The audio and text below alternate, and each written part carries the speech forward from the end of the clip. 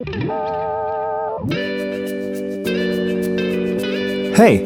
I'm Aaron of Kong, and I want to talk to you about accountability.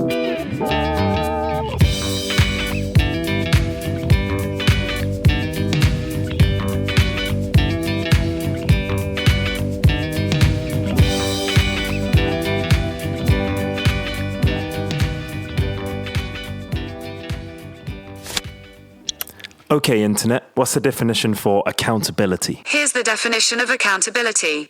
The fact or condition of being accountable, responsibility. Yeah, that's not really the straightforward answer I was looking for. I'm struggling. Here's the thing. By the time I was 30, I thought I would have made £1 million. And it's not like I don't know what I want to do.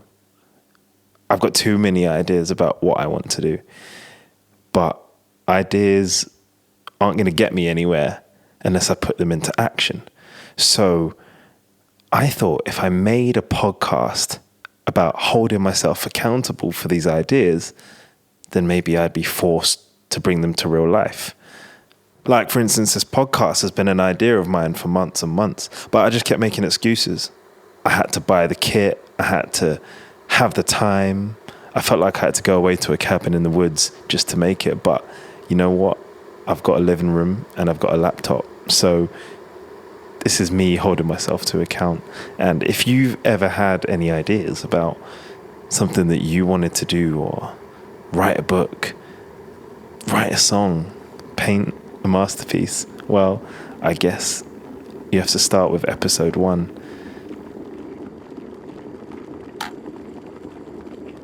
Do you fancy a cup of tea or coffee?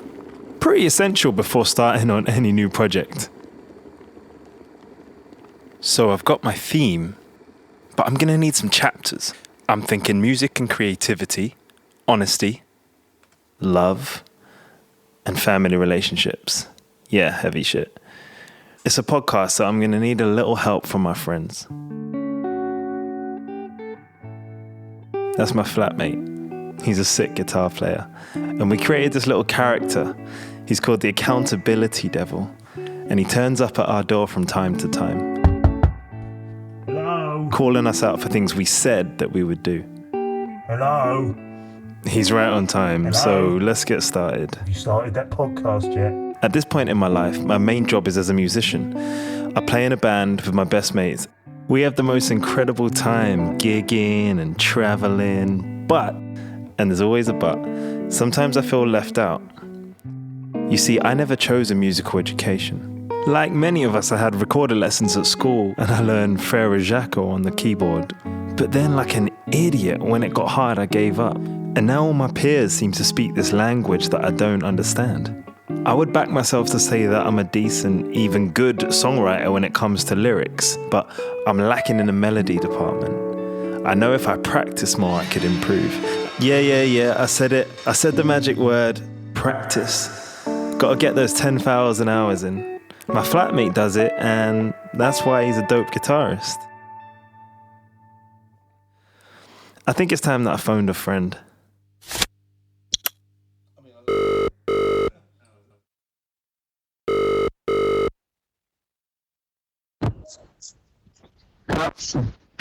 Hey, man. Hey, Yo, next time we meet up, can I interview you for my podcast about accountability and your creative process?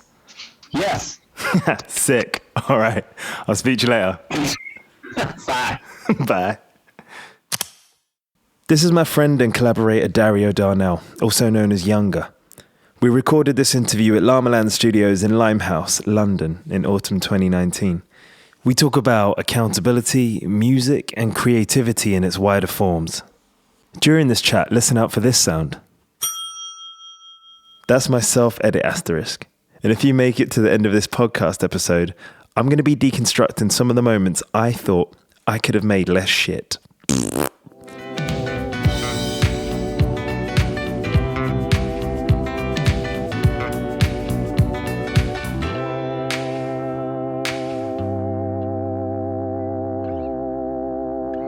Right, so accountability in my head. There's this demon. Yeah. and he's called the Accountability Devil. Okay. He turns up at my door, and he bangs on the door, and he comes in, and he calls you out for the things that you said you were going to do and you haven't done yet. Oh, okay. So he attacks all the ideas in your brain. Oh, shit. I hate that. Do you know this guy? Do you know him? He's a regular visitor. Yeah, you've met him before. Oh, I've met him. His name's Larry. Harry, the Accountability Devil. Yeah. So yeah, I've been during this podcast, trying to work out like what accountability means to me, and he kind of comes in that form. Because I feel like there are so many ideas in life or with creativity. But like you do music, and we're sat here now in your studio. Like studio. Why? How did you get here? Like, why music? Big question. Big question. To be honest, I think it was music because I grew up with it. It's really simple. I don't think I would have turned to it or known it was even a possibility if I didn't see my dad make a career out of it. I was thinking about this recently. Music and in fact, the engineer came in to fix all the fire alarms. It's a weird story. Okay. But fixing the fire alarms and my whole live setup was done, and he was over the live set and he was looking at it all, and I'm stood there trying to make the dust not go over my fucking laptop and shit. Yeah. He's like, yeah, music, yeah. Used to play a bit of that in high school. I was like, oh, here we go. And I was like, and then we got into it. I was like, oh no, he actually does love music. He used to play the piano. Yeah. His mum, I think he came from an Indian family, and his parents was saying, oh, you're not going to do music. That's not a realistic career. You're going to go into a career that you're going to make money, and then we can be proud of you. And he said that music, he said, quote unquote, it's like, if I continued to do music, I would have been kicked out of the house. Right. And I was like, whoa, that's real. That's his reality. Yeah. That happened to him, and he found joy in music in high school, and yeah, he wasn't allowed to do it in his household. Wow. Obviously, there's other people that do that and continue and don't mind being thrown out. So he mustn't have loved it that much. Yeah. Maybe. Anyway, that wasn't a reality to them because their parents are like, it's not a career choice. I was brought up in a household where it was. Yeah. It was normal. Yeah, it was encouraged. It was encouraged to go. It was a realistic possibility that you could pick up any instrument you wanted and be nurtured in that environment. Yeah. To pursue that. Yeah, which was a wonderful. Well, now I look back at it and go, "Damn, that was lucky." Yeah. Instead of it being a pipe dream and going down that way. But yeah, and the music. I think it was just basically seeing that my dad was super encouraging for me and my bro to go on tour with him. I remember being on the tour bus going around Germany, and I used to sit behind the drummer and just be fascinated. And he was a left-handed drummer, I remember. So I just always remember that and being like, this is the coolest thing. I want to do this. I want to be sat in that. And sound check, he'd always let me sit on the throne. But my feet couldn't touch the pedals. So Ash used to do the pedals, and I'd be on the hi-hat and the snare. Your brother. My bro, yeah. So it was just a wonderful, it was sick. That's super interesting to like recognize like that nurturing environment. And it's actually really interesting to talk to you about this in particular because you and your brother were responsible for me making a career from music. Like you literally were the first two people to put drumsticks in my hand and go hit that. And I'm saying that actually your dad was the first person who took me, or I guess I got a chance to tour the world. You know, like I went to Australia. That's crazy. And the States. I've still not been to Australia. With your dad. Yeah. So the encouragement that you've been able to pass it on to a friend. And also I've benefited from like that trust and nurturing environment from your family. Of course. So it spreads wider. Yeah, that's crazy actually. So when you actually think about, and the reason why I'm bringing this up is because I feel like sometimes the word accountability comes up as a negative connotation. Absolutely. It's the first thing I thought, yeah. Every time I Wikipedia it or I go on the dictionary, it's like, you said this in your song. You must be responsible for, or like bringing to account the actions of a certain group or person. Right. But I want to think about it in terms of looking at it in terms of creativity and going, okay, this is why I've made these choices. And this is why I want to continue to make things and create things and write things and get better at things. Yeah. So yeah, that's I love that. That's dope, man. I love that. What kind of Oh, but side note, then I Go got on. into Simply Red, and that was the game changer. Simply Red. Yeah, I heard Fairground Yeah. in my green Punto driving to Stretford Precinct, whatever, my mum, and I was like, "What's it?" Because he sampled the Goodman, "Giving It Up," and it's these big samba drums, and Dad with the music plus finding my own music, because Dad was always like James Brown and Fela Kuti, listen to this, and then I heard Simply Red. I was like, oh, and then that was my in on this. Music's it. Yeah. It was a combination of that for sure. Side note. Yeah. There has to be a playlist with this podcast now. Oh, sick. Yeah. Great idea. And all of those things you just mentioned again. At the fairground What a on tune. the way. Yeah. What expectations do you have of yourself? Whether that's like day to day. Let's go day to day, because Day-to-day. I think the wider question is too big, maybe. But Yeah. like when you wake up in the morning, what kind of expectations do you have or put on yourself, and do you talk to yourself in the morning? Yeah. A big expectation is to remember to eat and stay alive. Let's not take that for granted. Yeah, big thing. Yesterday I had porridge at 9 a.m. and then got so caught up with just studio. I didn't eat till 11 p.m. and I don't know how I got through the day. Yeah. But anyway, in the mornings I've tried to get into meditation now. So you start your day real calm and collected. You have all your thoughts collected, and then you disperse them throughout the day in a chilled manner instead of getting off on the bad foot. Nice. Day to day, I just want to make things I'm proud of. That's my new thing. And also be kind to other people. Yeah. That's a big thing now. Like, it's very easy in studio to have your eyes down.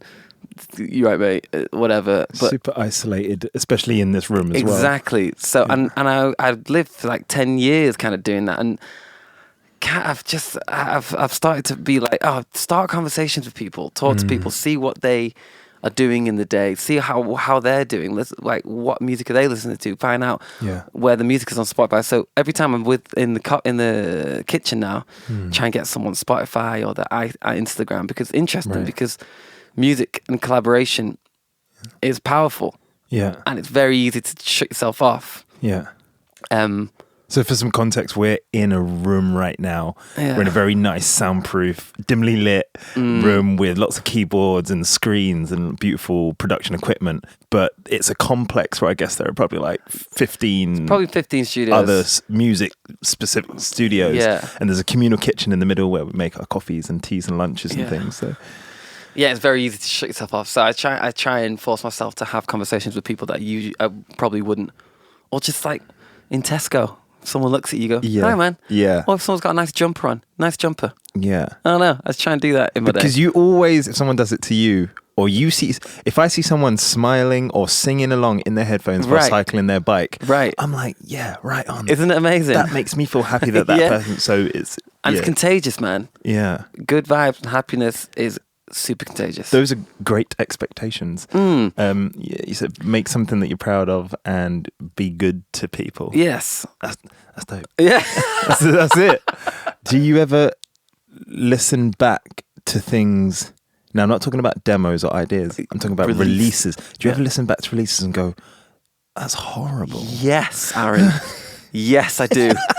I really, really, really do. What's your first reaction? Do you skip first? Skip track? Yeah, skip. Yeah. Track. And then it's bit of confusion. Yeah. And I'll tell you why it's confusing, because half of me goes, I liked that at some point. I couldn't have done it if I didn't like it. Right. I couldn't. It was good then. It was good when I was writing it or something. But then that's fine. But there needs to be a point where you go, is that me? Is that Youngr? Or is it this? And yeah. It's really confusing. And then the second layer of confusing is when you get messages on Instagram or something. Right. That's my favorite song, or a show. Can you play this song? Oh, and then you go, wait, you like that song?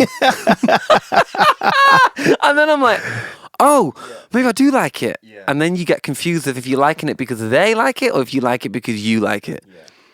It's so interesting because it was good then, And it's, I guess, all art or creativity is a matter of subjectivity. And for somebody, that is the best thing in the world. And for you at that point, when you created it, it was the best thing you could do. On that Tuesday. Yeah. And I was like, and yeah, in the end of the day, listen to this demo, it's cool. And it stopped in that part of its development. But now you look back on it, like I look back on, I maybe like hear like a lyric that I recorded Right. or a voice that I used, and I'm like, who is that guy? Who's that guy? Or what does that even mean? Yeah. Or in 2019, that's not okay. Right. You know? Right. But then it's like, Do you reckon some rappers think that now, like the old guys, and they listen to that to the early? definitely, but I think they're sitting on their piles of cash. That's true. And they're like, do you practice? You know, I don't, and I really should. Every day I come in, I walk in, put my coat down, and before everything's powered on, and I go, I could, in theory, sit down and practice my rudiments on the drums right now. Right. I could practice scales on the guitar. Yeah. Do I do that? Yeah. No. And I tried. Yeah. Sometimes I sit in my living room with the guitar, maybe just not doing scales, just practicing because I'm rubbish at guitar. Okay. Try and get better at it, then I just get frustrated. Yeah. And then in my brain, I'm like, when I'm trying to, well, what happens is, let's say I do practice. The moon is full and I'm practicing.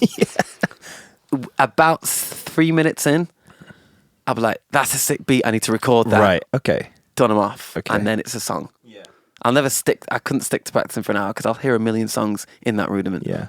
But in a sense, like you're every day I try and create something which I see as kind of practice. So it's a creative practice. Yeah. Because it's what you are, brain you're not practice. just a drummer or a guitar player. Right. If you were, if that were, then you probably practice. But Right. in fact, you're a songwriter.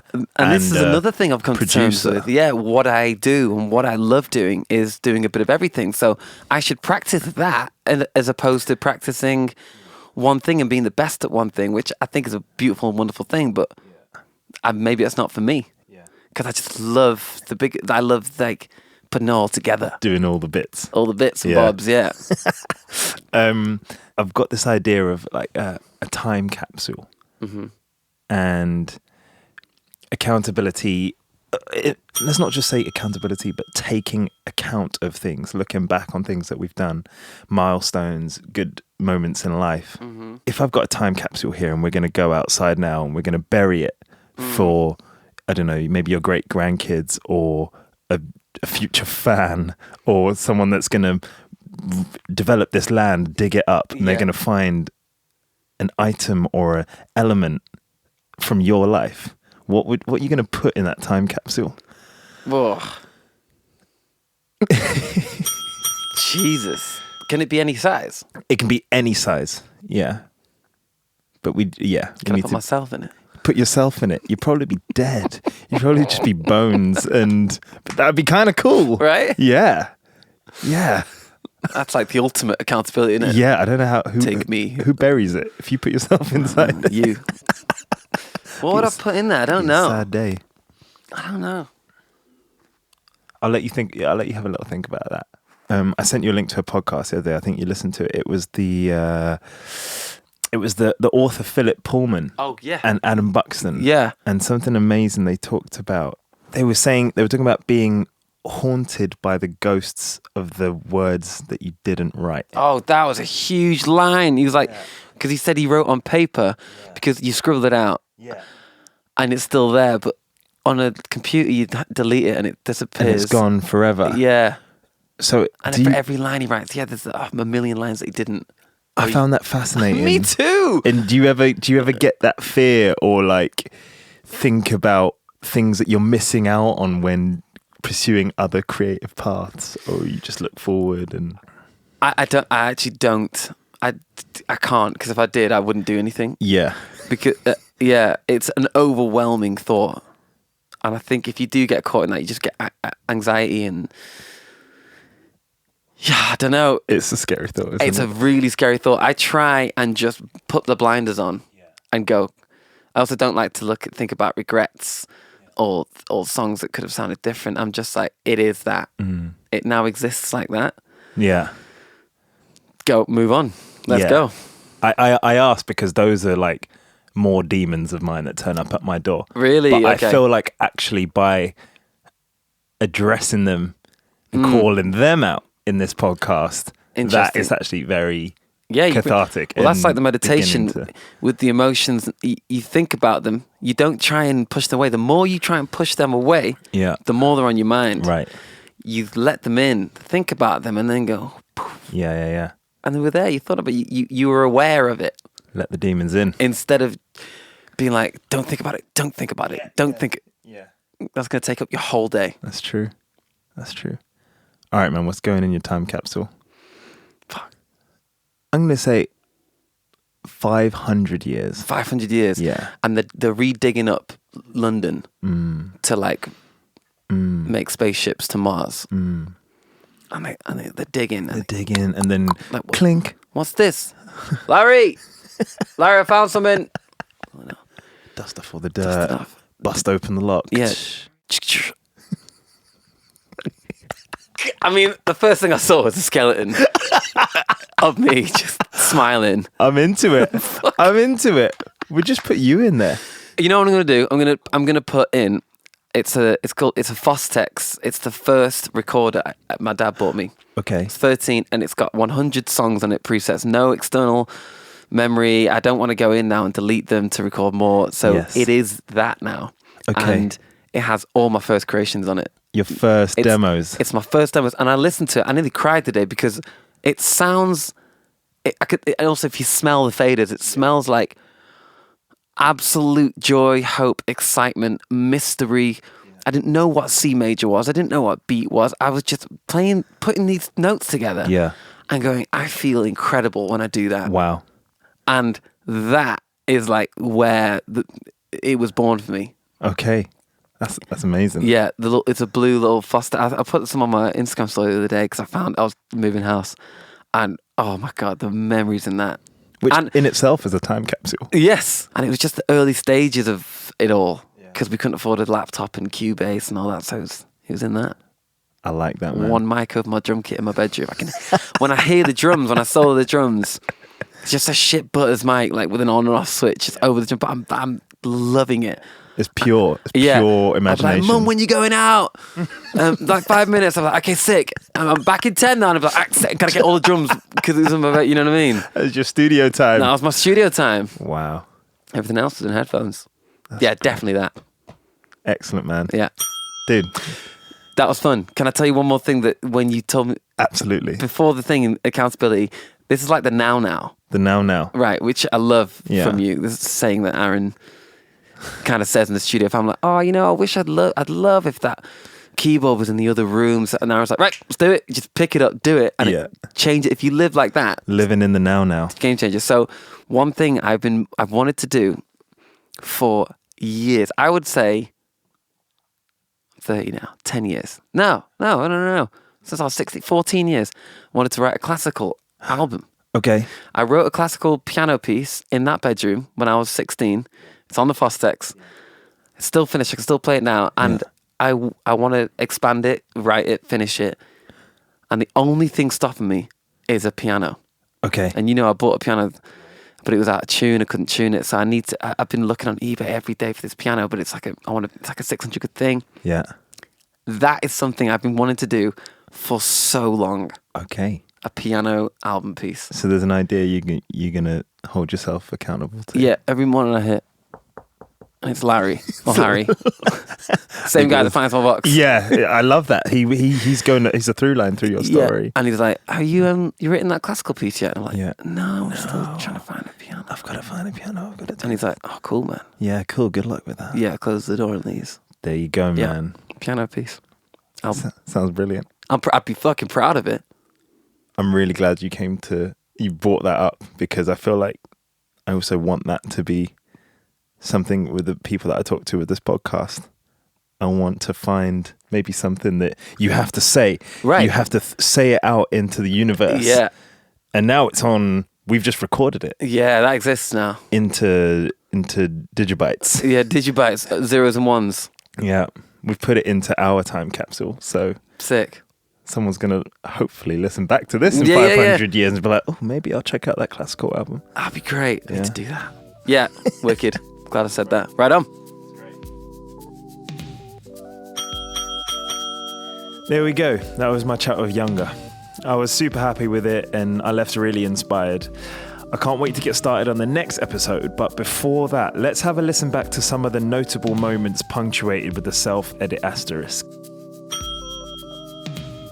I want the guests and you as listeners to co-produce the narrative with me, and I'm glad that in this moment, Dario's music suggestions helped to create another way to get involved in the podcast.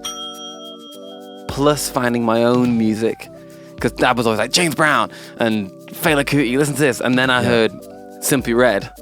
I was like, oh, it was a combination of that, for sure. Side note. Yeah. There has to be a playlist with this podcast now. Oh, sick. Yeah. Great idea. And all of those things you just mentioned again. At the fairground on the way. I've created a Spotify playlist with music and artists mentioned throughout. So if you want to add more context to the songs that have inspired us, give that a listen. The next ping, I'm sure you noticed, felt a little awkward. If I've got a time capsule here and we're going to go outside now and we're going to bury it for, I don't know, maybe your great grandkids or a future fan or someone that's going to develop this land, dig it up, and they're going to find an item or an element from your life. What are you going to put in that time capsule? Whoa. Jesus. At this point, I think my question was too broad and open. Dario was clearly put on the spot here, and I feel as an interviewer, you have to be sensitive and aware to these sort of situations.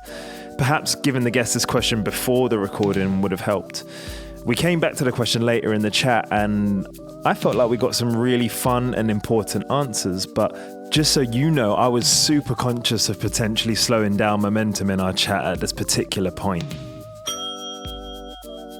This final one was a really positive ping. I prepared for this chat with about 3 to 4 baseline questions relating to the themes of accountability and creativity. And when I felt the conversation naturally coming to an end, I started to bring things to a close. I'm really, really glad that my guest jumped in with one more thing to say. Excellent, man. That was fun. Can I tell you one more thing that when you told me? Absolutely. Before the thing in accountability, one thing I've wanted to do for years. I wanted to write a classical album. Okay. I wrote a classical piano piece in that bedroom when I was 16. It's on the Fostex. It's still finished. I can still play it now. And I want to expand it, write it, finish it. That is something I've been wanting to do for so long. Okay. A piano album piece. So there's an idea you're going to hold yourself accountable to. Yeah. There you go, man. Piano piece. Sounds brilliant. I'd be fucking proud of it. I'm really glad you brought that up, because I feel like I also want that to be something with the people that I talk to with this podcast. I want to find maybe something that you have to say. Right. You have to say it out into the universe. Yeah. And now it's on, we've just recorded it. You can hear it in my voice that I was excited to hear what he says next, and that I even got a little thrown off, unexpected to find a way to conclude the podcast so naturally. But that's the way it goes. Yeah, we need to talk about when my voice went full alien. And accountability. Had to leave that in because just wow. How was that cup of tea? You feeling like you want to make something? Because I'm down to collaborate. Maybe you're feeling held back by the 2 demons we were introduced to today. We had the accountability demon and the ghosts of unfollowed creative paths. I think I've evaded them for one more day, but you never know when they'll knock again. And maybe next time I'll have something to say in return. Now, do me a favor. Find a pen and a piece of paper. If it feels right, write down one thing you want to achieve in the not too distant future. And that's it. Do you want to know what I wrote down? Just to get one more episode of this podcast written, recorded, and released. And I'll see you when it's done. I want to say thank you to Danny McIntyre Loveridge for his live guitar, Stoney Browder Jr. for the theme music, Dario Youngr Darnell for joining me in conversation, Chris Unwin for advice and support, Lorne Ashley for mixing support, and George the Poet for inspiration. This episode was recorded using Shure SM7B microphones through a UA Arrow interface and constructed in Ableton Live 10 intro. Check out Youngr, that's YOUNGR, on YouTube, Instagram, Facebook, Spotify, Apple Music, and all of that. If you'd like to link up on socials about the podcast and any other projects, then you can find me on Instagram at Aaron of Kong. I'd love to know your thoughts. Laters.